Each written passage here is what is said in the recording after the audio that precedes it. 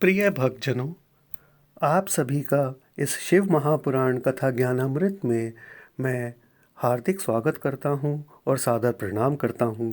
आइए आज का अध्याय आरंभ करने से पूर्व शिव नाम का उच्चारण करें, जिससे हमारी वाणी पवित्र हो जाए। जय शंकर शंकर, जय शंकर कैलाशपति।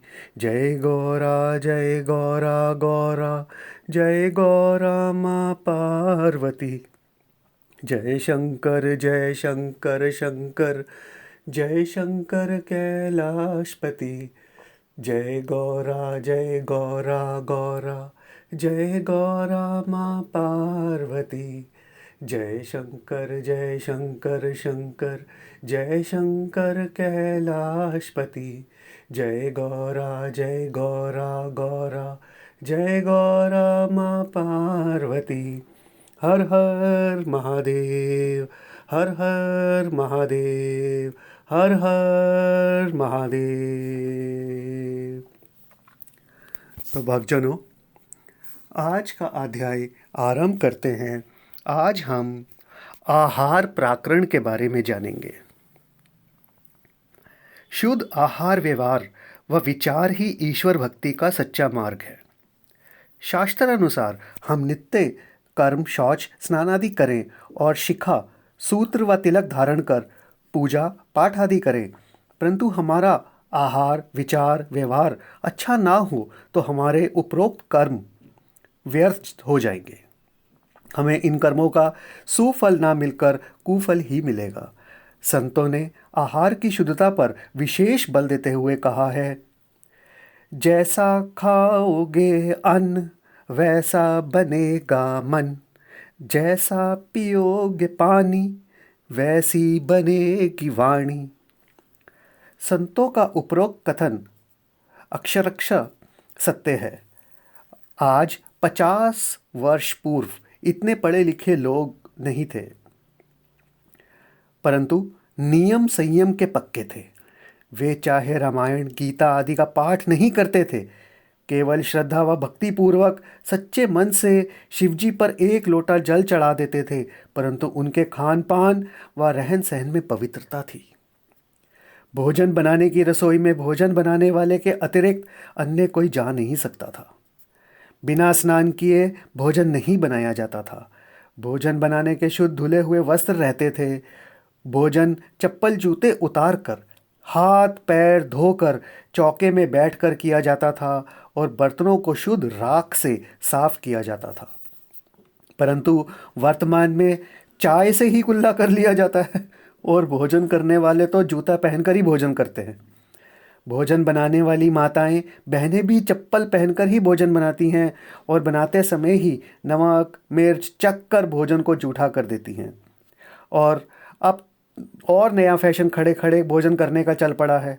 उसमें तो एक दूसरे का जूठा ही खाना पड़ता है, परंतु अपने आप को अधिक सभ्य सिद्ध करने और अपना स्तर ऊंचा दिखाने के लिए लोग इसकी नकल करने में लग पड़े हैं। अतः जब प्रभु भोग के बिना ही दूषित आहार किया जाएगा तो उसका मन व बुद्धि पर कुप्रभाव तो पड़ेगा ही। हमारी जैसी बुद्धि व मन होगा, विचार भी वैसे ही होंगे, और हमारे विचार जैसे होंगे हमारा आचरण भी वैसा ही होगा। इस बात को श्री रामचरितमानस के एक उदाहरण के माध्यम से स्पष्ट करने का प्रयास कर रहा हूँ। मेघनादी पुत्रों की मृत्यु के बाद रावण अकेला निराश हो गया। उसे अपने मंत्रियों ने जब कुंभकर्ण की याद दिलाई तो उसने अपने भाई कुंभकर्ण को जगाया। 6 महीने तक सोते रहने के कारण उसके आहार का पाचन हो गया था, अतः वह शुद्ध मन से उठा। उसने शुद्ध भोजन को प्रभु को भोग लगाकर किया। इसके बाद अपने भाई रावण के पास गया। रावण ने बहन शूर्पणखा के अपमान से लेकर सीता हरण, लंका दहन, पुत्र मरणादि का समस्त वृतांत कह सुनाया। रावण की बात सुनकर कुंभकर्ण शुद्ध आहार के प्रभाव से विभीषण वाली भाषा में रावण को उपदेश देते हुए कहने लगा, सुनी दश कंधर वचन तब, कुंभकर्ण बिलखान। सुनी दश कंधर वचन तब, कुंभकर्ण बिलखान। जगदम्बा हर आनी अब, सठ चाहत कल्याण। सुनी दश कंदर वचन तब, कुंभकर्ण बिलखान। जगदम्बा हर आनी अब, सठ चाहत कल्याण। भल ना कीने ते निश्चर नाहा, अब मोह आए जगाए ही काहा। भल ना कीने ते निश्चर नाहा, अब मोह आए जगाए ही काहा। अजहू तात त्याग हु अभिमाना, अजहू तात त्याग हु अभिमाना। भजहू राम होह ही कल्याणा, भजहू राम होह ही कल्याणा। कीने हूँ प्रभु विरोध ते ही देवक, शिव विरचंची सुर जाके सेवक। रावण कुंभकर्ण के इस धर्मोपदेश का कारण समझ गया। उसने तुरंत राक्षसी भोजन मंगवाया। रावण मांगेउ कोटि घट, मद अरु महिष अनेक। कुंभकर्ण जो राम का भक्त था, वह दूषित आहार के प्रभाव से राक्षसी वृत्ति का बन गया। महिष खाए अरु मदिरा पाना, गर्जा ब्रजा घात समाना।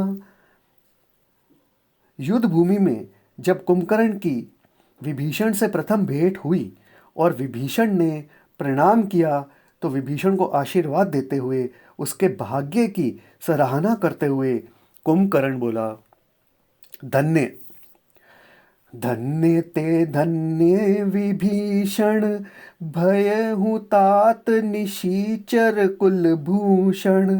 बंधु बंस ते कीने उजागर, भजेऊ राम शोभा सुख सागर।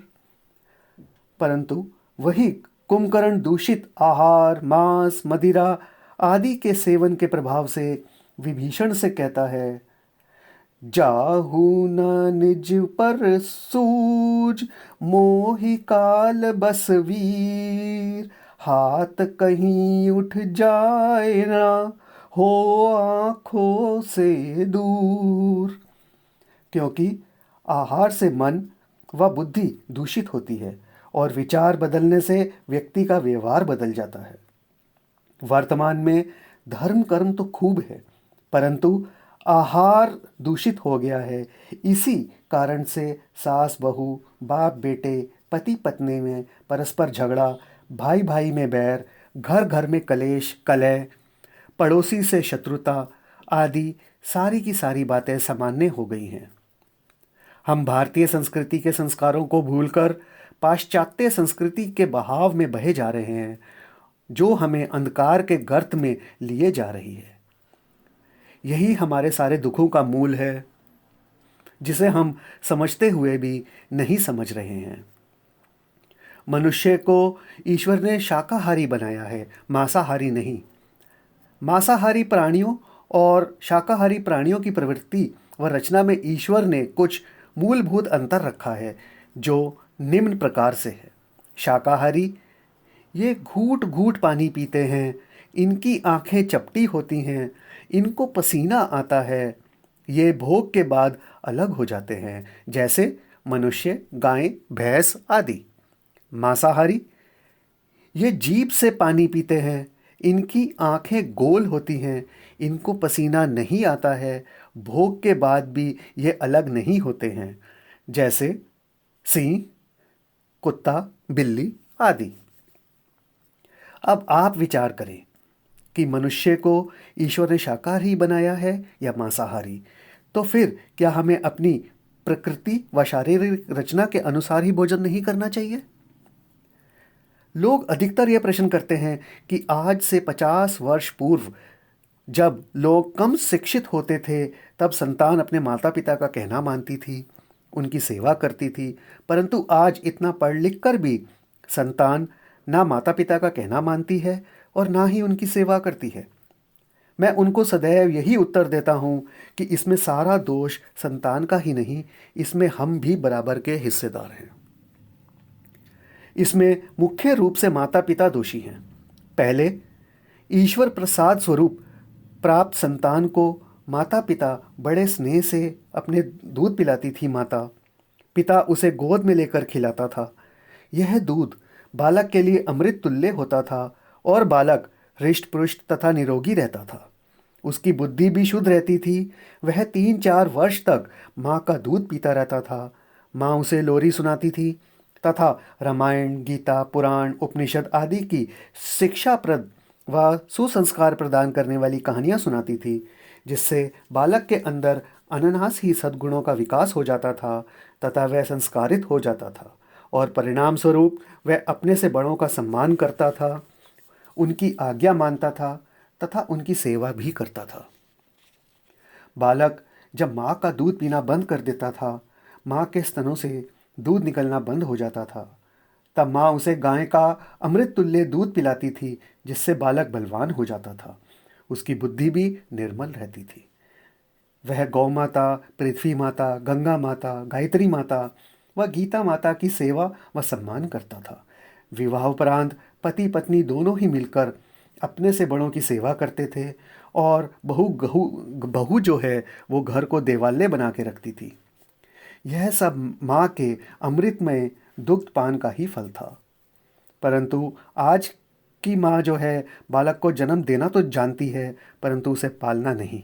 वह अपना दूध बालक को इसलिए नहीं पिलाती क्योंकि उसने डॉक्टरों से सुन रखा है कि बालक को दूध पिलाने से माँ का शरीर सुंदर नहीं रहता है।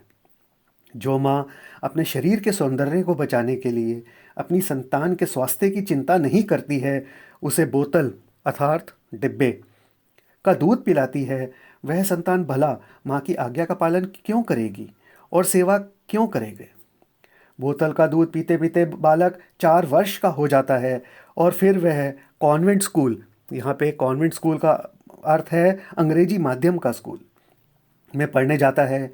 बोतल का दूध पीने के अभ्यास के कारण वहाँ Coca Cola, Campa Cola, Pepsi आदि की बोतल पीता है और युवावस्था में पहुँचते पहुँचते वह ठेके की बोतल पीने लग जाता है।